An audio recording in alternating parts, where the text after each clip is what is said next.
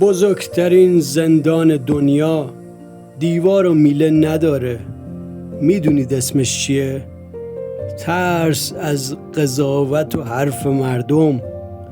آدم ها سالها آرزوهاشون رو کنار میذارن، لباس دلخواهشون رو نمیپوشن، شغل مورد علاقهشون رو شروع نمی کنن و حتی عشقشون رو از دست میدن، فقط چون از یک جمله میترسن: بقیه مردم چی فکر میکنن؟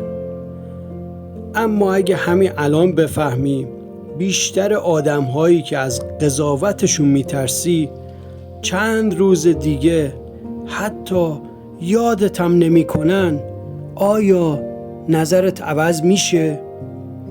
تا آخر این ویدیو با من باش، چون قرار یکی از بزرگترین زندانهای ذهن رو با هم بشکنیم.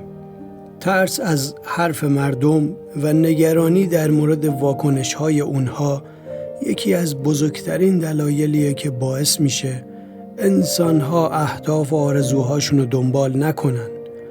بسیاری از ما رویاهایی در سر داریم، ولی هیچ وقت در راستاش اقدامی نکردیم یا اقدام جدی نکردیم، به خاطر اینکه میترسیدیم بقیه شاید مسخرمون بکنن، بقیه راجع به ما حرف بزنن، ما رو بکوبونن و پشت سرمون صحبت کنن. به نظرتون برای مقابله با ترس از حرف مردم چه باید کرد؟ واقعیتش اینه که غیر از یک نوع خاصی از ترس که همون ترس فیزیکی و واقعیه، مثلا سقف ساختمون داره رو سرمون خراب میشه، یا زلزله اومده، یا کسی با چاقو به سمت ما حمله میکنه و یا اتفاقات این چنین، یک ترس واقعی و فیزیکیه و باید از خودمون دفاع کنیم. بقیه ترس ها غالباً حاصل تفسیرهاییه که ما از اتفاقات بیرونی میکنیم، داستانهایی که ما به خودمون میگیم که این داستانها و این اندیشه ها منجر به احساس ترس، شک، تردید و نگرانی میشه. در مورد ترس از حرف هم همینطوره. اگر ما خوب فکر کنیم و بیاندیشیم و با خودمون خلوت کنیم که چرا افراد باید از ما انتقاد بکنن و یا پشت سرمون حرف بزنن و یا ما رو بکوبونن، اون وقت خیلی راحت تر میتونیم تحلیل کنیم که چقدر این ترس واقعیه و آیا باید مانع کار ما بشه یا نشه. اجازه بدید که من 3 دلیل اصلی که افراد ممکنه که از ما انتقاد بکنن و پشت سرمون حرف بزنن و به تندی راجبمون صحبت کنن خدمت شما بگم و با هم بررسی بکنیم، ببینیم که ریشه و دلیل این انتقادها از کجا میتونه باشه. دلیل اولی که افراد انتقاد میکنن عمدتاً اونیه که اونها نه از شما بلکه از کل دنیا عصبانی‌اند، نه لزوماً شما، و این مسئله فردی شما نیست. اونها به مجموعه دلایل، مجموعه انتخاب‌هایی که خودشون در زندگی داشتند و مجموعه شرایط زندگیشون یک روی کردی به اتفاقات دارن و اونم اینه که همه چیز سیاه یا سفید، حق با منه و بقیه غلط میگن، احساس بی‌اعتمادی با دیگران دارن و همیشه دوست دارن ثابت بکنن که حرف اونها درست‌تر و حرف بقیه اشتباه و این مسئله همینطور که عرض کردم مختص شما نیست. اگر خوب به زندگیشون نگاه کنید، اونها راجع به همه چیز عصبانی هستند. راجع به سیاست همیشه عصبانی هستند، راجع به اقتصاد همیشه عصبانی هستند، راجع به افراد پولدار جامعه همیشه عصبانی هستند، راجع به افراد بی پول جامعه همیشه عصبانی هستند، راجع به همه چیز عصبانی هستند. و یک جورایی این مکانیزمه که در اونها شکل گرفته که از طریق اون یک جور خودشونو به رخ بقیه میکشن و یه جورایی میخوان به دیگران نشون بدن که ببینید ما صاحب نظر هستیم، ما بلدیم، حق با ما است و این جوری خودشون رو توجیه بکنن که در واقع اگه کسی به نتیجه رسیده به خاطر دستهای پشت پرده است، به خاطر شانسه، به خاطر عوامل بیرونیه و اگر من به نتیجه نرسیدم در واقع دست خودم نبوده و یا ممکنه در واقع این اقدام اونا برای این باشه که از خودشون حفاظت کنن و به خاطر اینه که خودشونو بالا میبینن و شما با اقداماتی که دارید میکنید به سطح‌های بالاتر از اونا رسیدید و بازم از طریقی میخوان بگن که کار من درسته، روش من درسته، فکر من درسته و کار تو غلطه. قطعاً تو به نتیجه نمیرسی، نمیدونی، من میدونم و داری قطعاً اشتباه میکنی و اینجوری از خودشون حفاظت میکنن.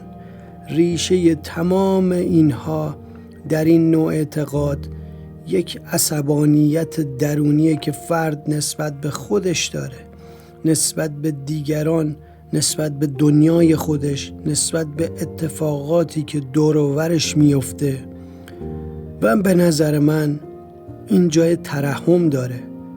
اگر خوب فکر کنید میبینید که این افراد دائما با خودشون درگیر هستن، دائما دارن بقیه رو قضاوت میکنن، یک حس استرس و نگرانی دائما با خودشون دارن و این منجر به حتی مشکلات فیزیکی، بیماری ها و مشکلات عصبی و روحی شدید میشه و بازم به نظر من جای ترحم داره و مسئله شما نیست، مسئله اوناست.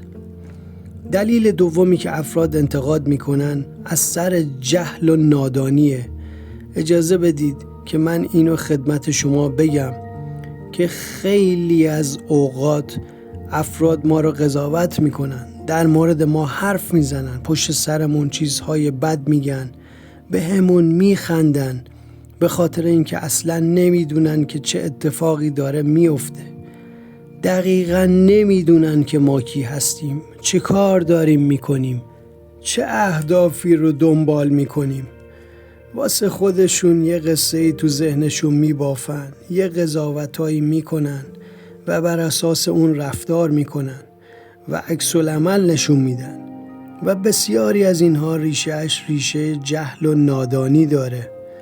قضاوت دیگران لزوماً چیزی رو در مورد شما به شما نشون نمیده، بلکه یه ریشه از جهل ممکنه پشت سرش باشه، یه ریشه از نادانی پشت سرش باشه که خب مشکل اونهاست نه مشکل شما. و سومین دلیلی که افراد قضاوت میکنن، گاهی نیت خیر دارن، گاهی افرادی هستن که در واقع از ما انتقاد میکنن، حرفای پشت سرمون میزنن، تند در موردمون صحبت میکنن و نیت خیر دارن. گاهی اونها افراد خیلی نزدیک به ما هستند.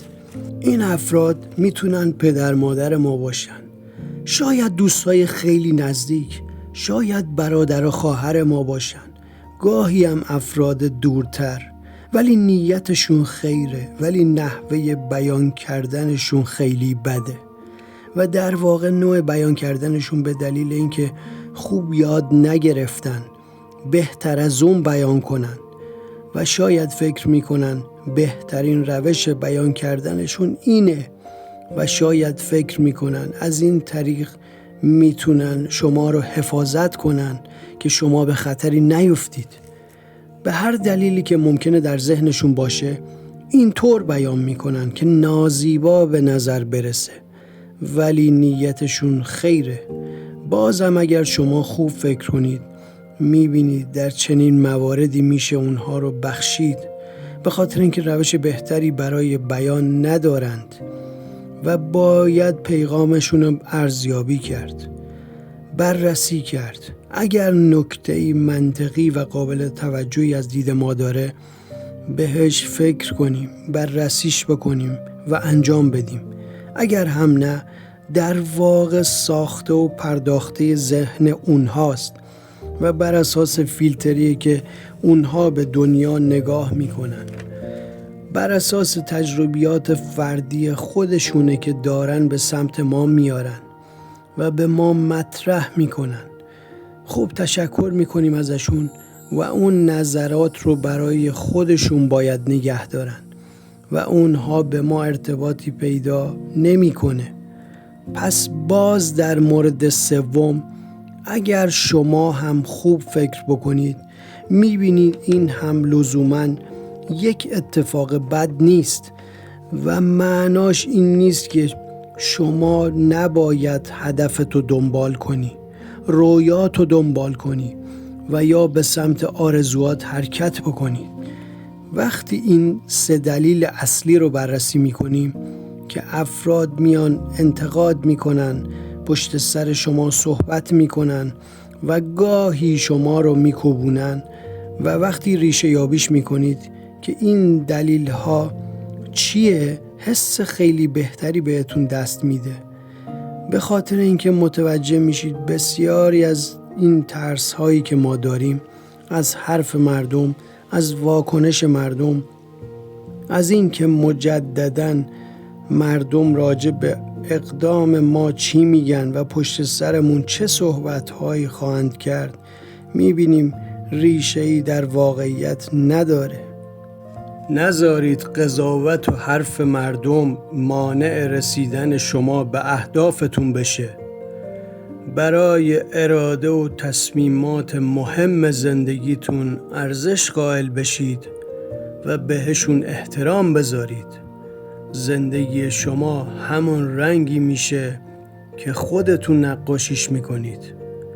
پس بهترین خودتون باشید، چون اینجوری زیباترین و قشنگترین هستید. موفق و پیروز باشید.